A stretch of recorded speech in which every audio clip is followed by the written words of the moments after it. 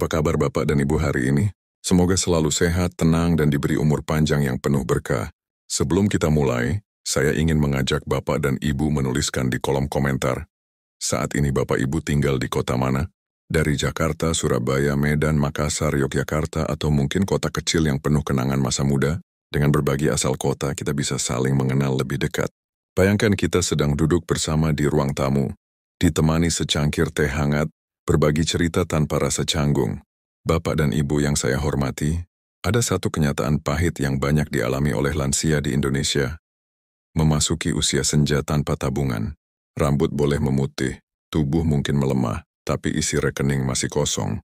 Atau bahkan tidak ada pensiun sama sekali. Data Badan Pusat Statistik tahun 2023 menunjukkan hanya 13% lansia di negeri ini yang menerima pensiun formal. Artinya mayoritas harus berjuang sendiri di masa tua. Mereka sering bergantung pada anak, belas kasihan tetangga, atau pekerjaan kecil-kecilan di usia yang seharusnya menjadi masa istirahat. Saya tahu ini bukan sekadar angka. Ini adalah wajah-wajah yang kita jumpai sehari-hari. Ada bapak tua yang tetap menarik gerobak di pasar. Ada ibu yang masih menjual gorengan di pinggir jalan. Dan ada pula kakek nenek yang hanya duduk termenung di teras rumah, berharap anak cucu mengingat mereka. Semua itu membuat kita bertanya, apakah memang tidak ada harapan bagi mereka yang memasuki masa tua tanpa bekal materi? Apakah hidup harus berakhir dalam penyesalan? Jawabannya tentu tidak. Hidup memang tidak selalu mempersiapkan kita dengan tabungan. Tapi itu bukan alasan untuk menyerah. Selama masih ada napas, masih ada pilihan. Hari ini saya ingin berbagi 5 cara yang bukan hanya realistis secara ekonomi, tapi juga penuh makna secara spiritual. Cara yang bisa Bapak Ibu lakukan mulai hari ini, tanpa modal besar, tanpa harus menunggu siapapun. Mari kita mulai perjalanan ini dengan satu keyakinan. Usia 60 tahun tanpa tabungan bukan akhir dari segalanya, tapi awal dari kebijaksanaan yang sesungguhnya. Bapak dan Ibu yang saya hormati, langkah pertama untuk tetap tenang di usia senja meski tanpa tabungan adalah berani menerima kenyataan. Banyak orang tua yang merasa gagal karena tidak punya simpanan, tidak punya pensiun dan akhirnya hidup dengan rasa malu. Mereka duduk termenung, menilai dirinya tidak berharga hanya karena tidak punya harta. Padahal kesalahan itu bukan akhir segalanya. Semua manusia pernah salah melangkah, pernah kehilangan kesempatan atau membuat keputusan yang akhirnya membawa penyesalan. Namun penyesalan tidak akan mengubah masa lalu, justru hanya memperberat langkah hari ini. Saya teringat cerita Pak Surya, seorang pensiunan buruh di Bekasi. Setelah pabrik tempatnya bekerja tutup, ia tidak mendapat pesangon layak. Awalnya ia marah pada diri sendiri, merasa tidak berguna di mata anak-anaknya. Namun setelah mendapat nasihat dari seorang ustaz, ia mulai belajar menerima kenyataan. Ia berkata, "Saya memang tidak punya tabungan, tapi saya masih punya kesehatan untuk berjalan ke masjid, masih bisa berdoa untuk anak cucu." Dari sana hidupnya berubah. Ia lebih tenang, lebih damai, dan justru anak-anaknya merasa lebih dekat karena melihat ayah mereka tidak lagi terbebani. Bapak dan Ibu, menerima kenyataan bukan berarti menyerah. Menerima berarti mengakui keadaan sekarang dengan lapang dada, tanpa terus-menerus menyalahkan diri sendiri. Penelitian psikologi modern bahkan menyebutkan bahwa penerimaan emosional adalah fondasi kesehatan mental. Lansia yang mampu berkata, "Ya, inilah hidup saya sekarang. Akan lebih damai, lebih sehat, dan lebih kuat menghadapi hari-hari berikutnya." Karena ketika hati sudah damai, pikiran akan lebih jernih. Dan dari situlah lahir solusi. Solusinya sederhana. Berhenti menimbang hidup dengan angka tabungan. Mulailah mengukur hidup dengan rasa syukur. Jika hari ini Bapak Ibu masih bisa tersenyum, itu sudah rezeki. Jika masih bisa berdoa untuk anak cucu, itu lebih berharga dari emas. Jangan biarkan masa lalu mencuri kedamaian masa tua. Ingatlah, tidak ada manusia yang hidupnya sempurna, tapi semua bisa hidup bermartabat jika mau menerima dengan ikhlas. Dari sini langkah-langkah lain menuju perubahan akan menjadi lebih ringan. Bapak dan Ibu yang saya hormati, banyak lansia merasa hidupnya berakhir saat tidak lagi punya penghasilan tetap. Duduk di rumah menatap kalender seolah tidak berguna karena tidak bisa membantu anak cucu secara materi. Padahal tanpa disadari, kita sedang duduk di atas harta yang jauh lebih berharga dari tabungan atau emas. Waktu, pengalaman, dan jaringan sosial. Aset ini sering diremehkan hanya karena tidak bisa dilihat dengan mata. Padahal nilainya sangat besar bila dimanfaatkan dengan bijak. Waktu di usia senja adalah anugerah. Anak-anak sibuk bekerja, cucu sibuk sekolah, tapi Bapak Ibu punya lebih banyak kesempatan untuk beribadah, membaca, bercocok tanam, atau belajar hal baru. Pengalaman juga tidak kalah penting. Kita pernah jatuh, bangkit, gagal, lalu berhasil. Itu modal yang tidak bisa dibeli oleh siapapun. Di saat anak muda masih mencari arah, Bapak Ibu sudah melewati banyak rambu kehidupan. Itu artinya kita bisa menjadi guru tanpa papan tulis, memberi nasihat, membimbing, atau sekadar menjadi telinga yang mau mendengar. Saya teringat kisah Bu Yani, seorang janda 67 tahun di Semarang. Ia tidak punya tabungan, tapi punya keterampilan menjahit yang dipelajari sejak muda. Dengan bantuan tetangga, ia mulai membuka kursus kecil di ruang tamu rumahnya. Muridnya bukan hanya anak sekolah, tapi juga ibu-ibu muda yang ingin belajar. Dari Carnegie bukan hanya mendapat tambahan penghasilan, tapi juga jaringan pertemanan baru. Hidupnya yang tadinya sepi menjadi ramai. Dan yang lebih penting, ia kembali merasa berharga. Ini contoh nyata bagaimana pengalaman dan jaringan bisa menjadi aset yang lebih berharga daripada uang. Solusinya, mari Bapak Ibu mulai memanfaatkan apa yang kita miliki. Kalau pandai mengaji, jadilah guru ngaji di mushola. Kalau suka berkebun, ajak cucu atau tetangga muda belajar bercocok tanam. Kalau punya banyak teman lama, hubungi kembali dan bangun kerja sama kecil. Tidak perlu muluk-muluk. Yang penting bergerak, berbagi, dan membuka diri. Karena semakin banyak kita memberi dari aset tak terlihat ini, semakin banyak pula rasa tenang dan penghargaan yang kembali kita terima. Bapak dan Ibu yang saya cintai, semakin bertambah usia, semakin kita sadar bahwa kebahagiaan bukanlah soal berapa banyak uang yang kita miliki. Justru seringkali, yang membuat hati tenang adalah hidup sederhana. Banyak orang tua yang merasa rendah diri karena tidak bisa memberi kemewahan pada keluarga. Padahal, ketenangan di masa tua bukan berasal dari rumah besar atau rekening tebal, melainkan dari hati yang lapang. Hidup sederhana bukan berarti miskin. Hidup sederhana berarti memilih yang penting, melepas beban yang tidak perlu, dan menikmati yang ada dengan rasa syukur. Saya pernah mendengar kisah nyata Bu Mina, seorang nenek di Banyumas. Ia tinggal di rumah bambu sederhana, tidak punya tabungan dan penghasilannya hanya dari kebun kecil di belakang rumah. Namun setiap kali ditanya, wajahnya selalu tersenyum. Ia berkata, saya bahagia karena setiap hari masih bisa makan sayur dari kebun sendiri, masih bisa tidur nyenyak, dan masih bisa sholat berjamaah di musola dekat rumah. Kesederhanaan itu membuat hidupnya lebih tenang dibanding orang lain yang hartanya banyak, tapi hatinya gelisah. Ini bukti bahwa rasa cukup jauh lebih mahal daripada emas. Bapak dan Ibu, penelitian dari AARP, Asosiasi Lansia di Amerika, menemukan bahwa lansia yang menjalani gaya hidup sederhana memiliki tingkat stres lebih rendah, kesehatan mental lebih baik, dan hubungan keluarga lebih hangat. Karena mereka tidak lagi sibuk membandingkan diri dengan orang lain, hidup sederhana berarti memasak dengan bahan seadanya, menanam sayur di pekarangan, saling bertukar makanan dengan tetangga, dan merawat pakaian agar awet dipakai. Hal-hal kecil itu justru menumbuhkan rasa bahagia yang dalam. Solusinya sederhana, berhentilah mengejar standar orang lain. Kita tidak perlu rumah mewah untuk merasa damai. Kita hanya butuh ruang yang bersih, aman, dan penuh cinta. Kita tidak perlu makanan mahal untuk merasa kenyang. Kita hanya butuh makanan yang dimasak dengan niat dan doa. Kita tidak perlu pakaian baru setiap bulan. Kita hanya perlu tubuh yang sehat dan hati yang bersyukur. Cukup itu bukan angka, cukup adalah rasa dalam hati. Dan ketika hati merasa cukup, maka hidup di usia senja akan terasa jauh lebih ringan dan bahagia. Bapak dan Ibu yang saya hormati, bertambah usia bukan berarti berhenti produktif. Memang tubuh kita tidak sekuat dulu, tapi itu bukan alasan untuk berhenti berkarya. Justru di usia senja, kita ditantang untuk lebih cerdas mencari peluang. Bukan lagi lewat kerja berat, tapi melalui hal-hal sederhana yang bisa dilakukan dari rumah sendiri. Ingatlah, setiap rupiah yang dihasilkan dari keringat sendiri, meski kecil, memberi rasa bangga dan menjaga martabat kita sebagai orang tua. Mari kita lihat contoh nyata. Ada seorang nenek berusia 70 tahun di Yogyakarta yang memulai usaha jualan peyek dari dapurnya. Modalnya hanya penggorengan, tepung, dan resep warisan ibunya. Awalnya hanya dijual ke tetangga, tapi lama-kelamaan pesanan datang dari luar kota. Bahkan anak-anaknya ikut membantu memasarkan lewat media sosial. Apa pelajaran dari kisah ini? Usaha kecil tidak pernah remeh jika dikerjakan dengan tekun. Kadang justru dari dapur sederhana, bisa lahir penghasilan yang membantu menutupi kebutuhan harian tanpa harus meminta ke anak. Bapak dan Ibu, banyak pilihan usaha ringan yang bisa dilakukan. Jika pandai memasak, coba jual kue kering, keripik singkong, atau gorengan. Jika tangan terampil, buat kerajinan dari kain perca, plastik daur ulang, atau rajutan. Barang sederhana seperti keset atau tas belanja kini banyak dicari karena orang mulai peduli pada produk buatan tangan. Bahkan jika punya halaman kecil, menanam sayur atau tanaman hias bisa mendatangkan hasil ganda. Makanan segar dan tambahan penghasilan. Intinya gunakan apa yang ada.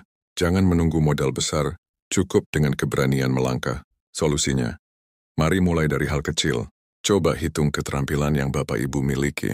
Apakah bisa menjahit, bisa memasak, atau sekadar suka merawat tanaman, semua bisa jadi peluang. Jangan takut mencoba, jangan takut ditolak. Karena setiap usaha sekecil apapun adalah bukti bahwa Bapak Ibu masih berdiri dengan martabat. Bahkan jika hasilnya hanya cukup untuk beli beras sehari, itu sudah jauh lebih mulia daripada harus menunggu dengan tangan kosong. Usia boleh senja, tapi semangat produktif tidak pernah pensiun.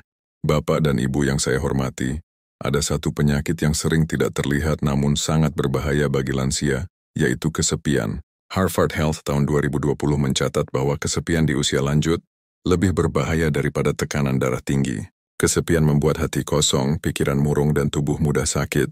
Dan sayangnya banyak orang tua yang mengalaminya ketika tidak lagi bekerja. Anak sibuk dengan keluarga masing-masing, dan rumah terasa sepi. Padahal kita semua tahu, manusia tidak diciptakan untuk hidup sendiri. Saya pernah menemui seorang pasien lansia bernama Pak Jaya. Setelah istrinya meninggal, ia memilih menyendiri di rumah. Anak-anaknya jarang pulang dan ia merasa dunia sudah tidak membutuhkan dirinya. Akibatnya tekanan darahnya naik, tidurnya tidak nyenyak, dan ia sering merasa pusing tanpa sebab. Namun ketika tetangganya mengajaknya ikut pengajian rutin di mushola, hidupnya perlahan berubah. Ia kembali tersenyum, punya teman ngobrol, dan merasa berharga karena bisa ikut menyumbang doa.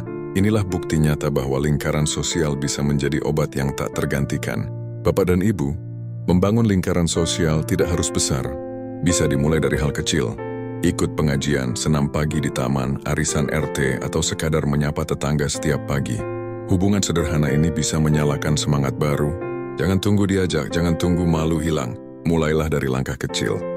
Selain itu, jangan lupakan kekuatan spiritual. Kedekatan dengan Allah atau Sang Pencipta adalah sumber ketenangan paling dalam.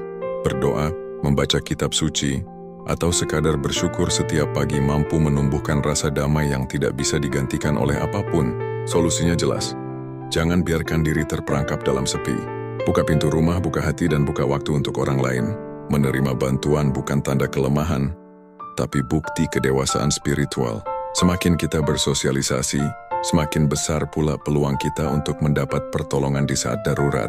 Dan semakin dekat kita dengan Tuhan, semakin kuat pula kita menghadapi hari tua. Jadi mari Bapak Ibu mulai hari ini jadikan lingkaran sosial dan spiritual sebagai tali pengikat hidup. Karena dari hubungan yang sederhana, kekuatan besar bisa tumbuh. Bapak dan Ibu yang saya hormati, salah satu kekhawatiran terbesar lansia tanpa tabungan adalah biaya kesehatan. Kita semua tahu, sakit sedikit saja biayanya bisa membengkak. Namun kabar baiknya, banyak hal bisa kita lakukan untuk menjaga tubuh tetap bugar tanpa harus mengeluarkan uang besar. Kesehatan bukan hanya urusan rumah sakit, tapi juga soal gaya hidup sehari-hari. Dan justru kebiasaan kecil yang konsisten seringkali lebih efektif daripada obat mahal. Contohnya berjalan kaki 15-20 menit setiap pagi. Ini bukan sekadar olahraga ringan, tapi juga cara menjaga jantung tetap sehat, sendi tetap lentur, dan pikiran lebih segar. Tidak perlu alat khusus, cukup sandal yang nyaman dan semangat untuk melangkah. Minum air putih hangat begitu bangun tidur juga memberi dampak besar. Membantu pencernaan, menjaga metabolisme, dan membuat tubuh terasa lebih ringan. Semua itu bisa dilakukan tanpa biaya sepeser pun, hanya butuh kesadaran untuk menjadikannya kebiasaan. Saya pernah menemui Bu Rukaya, seorang lansia 72 tahun di Surabaya. Beliau tidak punya tabungan untuk berobat rutin, tapi tubuhnya masih segar. Rahasianya sederhana. Setiap pagi ia menyapu halaman sambil berjemur matahari. Ia juga rajin minum rebusan jahe dan kunyit yang ditanam sendiri di pot kecil. Menurut beliau, keringat dari menyapu sudah cukup sebagai olahraga, dan rempah dari dapur jadi obat alami. Apa yang ia lakukan mungkin terlihat biasa, tapi itulah contoh nyata bagaimana kesehatan bisa dirawat dengan kesederhanaan. Solusinya, mari kita fokus pada pola hidup sehat yang murah dan mudah. Makan lebih banyak sayur dari kebun, kurangi gorengan berlebihan, Perbanyak minum air putih, dan pastikan tubuh bergerak setiap hari. Jangan menunggu sakit baru mencari obat. Pencegahan adalah kunci utama. Ingat, tubuh adalah rumah yang harus dijaga. Meski tanpa tabungan, kita masih bisa punya tabungan kesehatan dengan gaya hidup sederhana. Itulah bekal terbaik agar masa tua tetap terasa ringan, penuh energi, dan bebas dari beban biaya besar. Bapak dan Ibu yang saya cintai, banyak lansia merasa tidak punya tabungan berarti tidak bisa lagi mengatur keuangan. Padahal justru di masa senja inilah kita harus semakin bijak mengelola setiap rupiah. Ingat, kecil atau besar, uang tetaplah alat. Dan alat hanya berguna bila dipakai dengan benar. Meski penghasilan terbatas entah dari pensiun kecil, usaha rumahan, atau bantuan anak. Cara kita mengelola akan menentukan apakah cukup untuk hidup tenang atau justru habis tak berbekas. Ada satu kesalahan umum yang sering terjadi. Mencampur uang pribadi dengan uang anak. Banyak orang tua merasa aman ketika semua kebutuhan ditanggung keluarga, lalu menyerahkan begitu saja pengelolaan keuangan kepada anak. Padahal, ini bisa menimbulkan rasa sungkan bahkan kehilangan kendali atas hidup sendiri. Saya pernah mendengar kisah Ibu Narti, seorang janda 68 tahun di Solo. Awalnya ia menitipkan seluruh uang pensiunnya ke anak, namun ketika ingin membeli sandal baru, ia harus menunggu izin. Rasa tidak bebas itulah yang membuatnya sedih. Sejak itu ia memutuskan menyisihkan sedikit uang untuk dirinya sendiri, agar tetap bisa memilih dan merasa merdeka. Bapak dan Ibu, solusinya bukan soal seberapa besar pendapatan, tapi bagaimana kita menata. Buatlah catatan sederhana. Kebutuhan wajib, makan, listrik, obat, kebutuhan tambahan, transportasi, hiburan sederhana, dan tabungan darurat meski kecil. Tidak perlu buku akuntansi tebal, cukup kertas atau catatan di kalender. Dengan begitu Bapak Ibu bisa melihat kemana perginya uang dan menghindari pemborosan. Ingatlah, lebih baik hidup sederhana dengan tenang daripada bergaya mewah tapi penuh utang. Selain itu, jangan malu mencari sumber bantuan resmi. Banyak pemerintah daerah memiliki program bantuan lansia, mulai dari sembako, layanan kesehatan gratis, hingga kelompok usaha kecil. Cari tahu lewat RT, kelurahan, atau puskesmas. Memanfaatkan program itu bukan berarti kita lemah, tapi cerdas memanfaatkan hak sebagai warga negara. Kemandirian bukan berarti menolak bantuan, melainkan tetap bisa menentukan pilihan dalam hidup sendiri. Dengan pengelolaan keuangan yang bijak, masa tua tanpa tabungan tetap bisa dijalani dengan damai dan bermartabat. Bapak dan Ibu yang saya cintai, seringkali kita merasa minder karena tidak bisa meninggalkan warisan harta bagi anak cucu. Anak cucu akan selalu mengingat bagaimana kakek neneknya bersikap, bagaimana mereka menghadapi kesulitan, dan bagaimana mereka tetap tegar meski tanpa harta berlimpah. Teladan inilah yang akan melekat lebih lama dibanding warisan materi yang bisa habis dalam sekejap. Saya teringat kisah Pak Karim, seorang kakek di Cirebon. Ia tidak punya tabungan besar, tapi setiap hari ia selalu mengajarkan cucunya untuk sholat tepat waktu, bersyukur meski hanya makan sayur sederhana, dan saling berbagi dengan tetangga. Cucu-cucunya tumbuh dengan rasa hormat dan bangga, karena punya kakek yang sabar dan rendah hati. Ketika ditanya, mereka menjawab, "Kakek kami memang tidak kaya harta tapi kaya hati." Bukankah itu lebih indah dibanding warisan uang yang kadang justru menimbulkan perebutan? Bapak dan Ibu, teladan bisa lahir dari hal sederhana. Jika kita menjaga sikap sabar, anak cucu akan belajar untuk tidak mudah marah. Jika kita tetap bekerja keras meski hasilnya kecil, mereka akan belajar arti tanggung jawab. Jika kita tidak pernah meminta berlebihan, mereka akan belajar arti kemandirian. Dan jika kita selalu berdoa dengan tulus, mereka akan yakin bahwa doa orang tua adalah pelindung terkuat dalam hidup.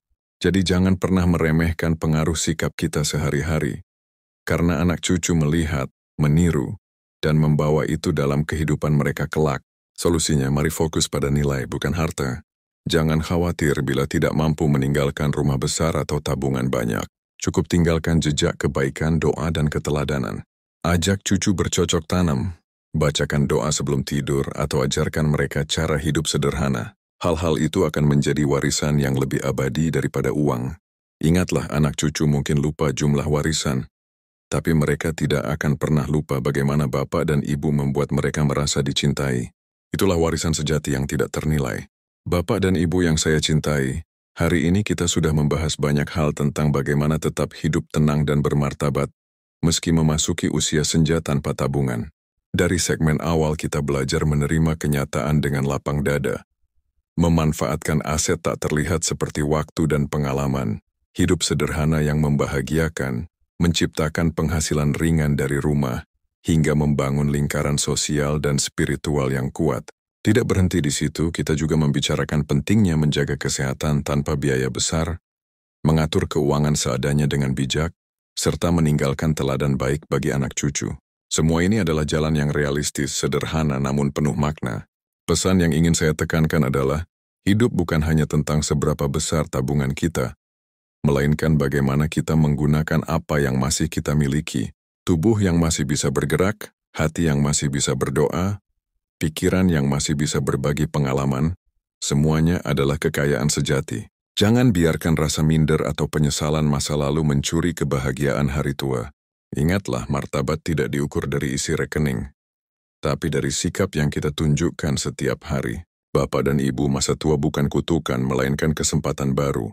Kesempatan untuk hidup lebih jujur pada diri sendiri, lebih dekat dengan Sang Pencipta, dan lebih hangat dengan orang-orang di sekitar kita.